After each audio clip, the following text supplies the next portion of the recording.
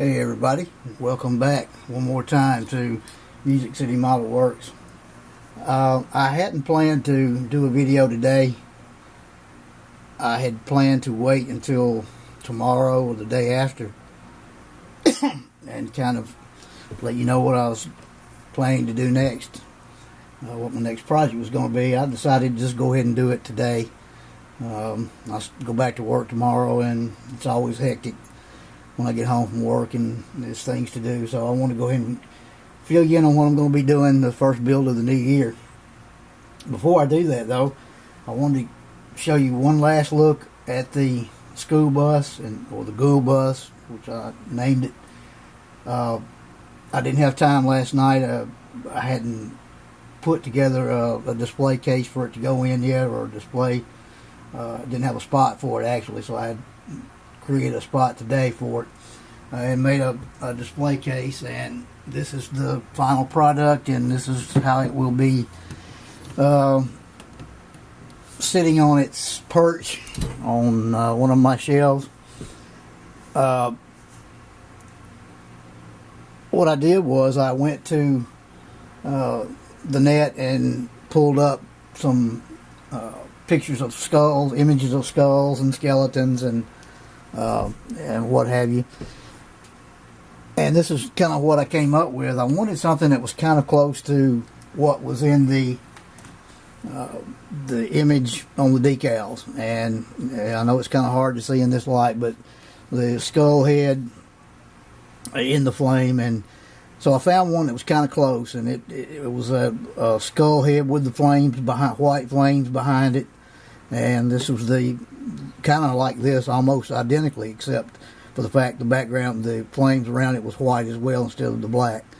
But that's kind of what I came up with. Just did a full page print on photo paper, and then filled in the excess on the ends with flame duct tape, and then put flame duct tape on the surface for it to sit on. Nothing big, just something better than nothing at all. I thought it kind of made. It kind of brought the school bus out a little bit, kind of brought the colors out, the dark gray and the black, and then the black and the yellow and orange on the flames, and it kind of all goes together, I think. So I'm not an artist, so or an art critic, so I couldn't tell you how colors. I just think if I see something I like, I think works, then that's kind of what I go with. So I went with this.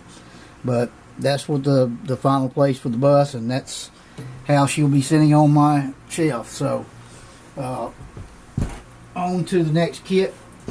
Building the bus kind of made me think about drag racing, and I'm a big drag racing fan from way back when I was a kid. We always had racing going on at my house. My stepfather was a race car driver, circle track, round track. He raced here at the Nashville Fairground Speedways, where Darrell Waltrip and Sterling Marlin and their Sterling Marlin's father, Cuckoo Marlin, they all cut their teeth here. I got to see those guys as they were coming up, but we also like drag racing, and I actually am much more of a drag racing fan than I am or was a NASCAR fan. Not so much now, just due to the fact that all the cars look alike. There's just, you can't tell one car from another other than the names on them. It's all become corporate.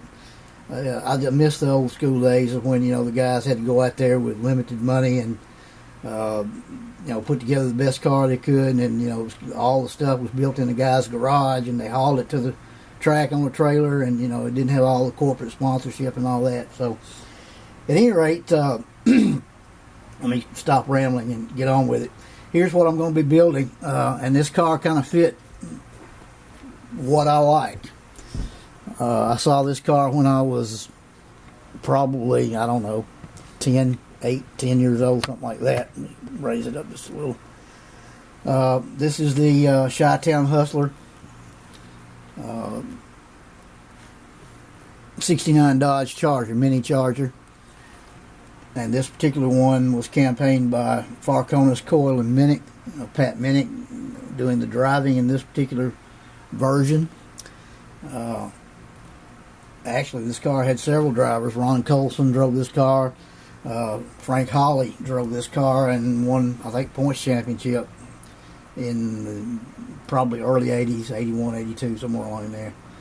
And it's had some other drivers as well. I think Denny Savage, I think, drove this car. And a couple of the other Minnick family members drove this car too as well, if I'm not mistaken. But this was probably my favorite car growing up, funny car wise. If it wasn't my favorite, it was close to the top, in the top three. The Blue Max, Raymond Beadle, when he drove the Blue Max, was one. And there was one other one called Black Magic that was driven by a guy named Al Segrini. That Rebel, actually, I think, put a car out, a model out back in the late 70s, early 80s. But that's what we're going to be building. This car, like I said, I love this team, the work ethic of this team. They didn't have a lot of money. Oh, yeah, and one other thing, too. The coil in Farcona's coil in Minnick, if you're a big drag race fan, you'll know who I'm talking about. The coil in this trio of guys is Austin Coil. And he's still in drag racing, I think. I'm not sure, but I don't keep up with it that much anymore. But at one time he was, as a matter of fact, most of the time he was the crew chief for the John Force organization. He probably tuned the car during John's winning of most of his 15 world championships that he has. So if you've ever watched him on TV, he always had a toothpick crammed in the corner of his mouth. So real knowledgeable guy. He's been around forever. So, and this proves it.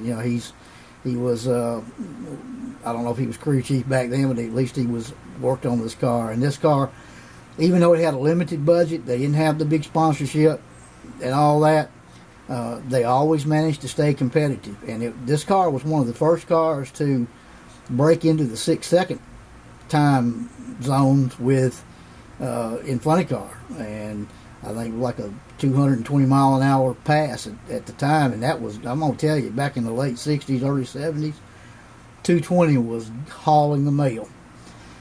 So this car was able to be competitive, and it was blue collar guys. The car was trailered around on a ramp truck. It wasn't hauled in a enclosed tractor and trailer like you see today.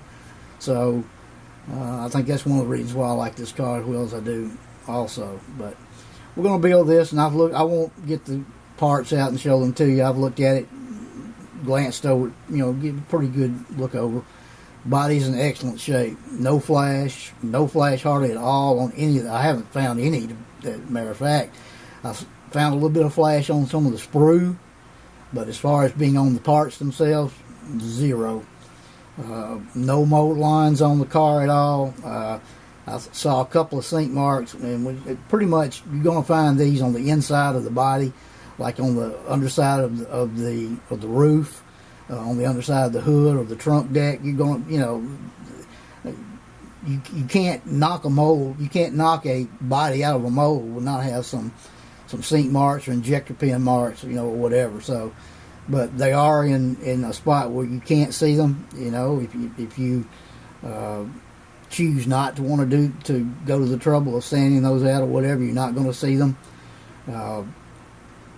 But like I said, very little effort going to be required on this car to get it prepped and ready for paint. So, but that's what I'm going to be doing, the Chi-Town Hustler. So probably start on it next day or so, and hopefully we'll have a good smooth build, kind of like the school bus was, and we'll have a nice finished product at the end.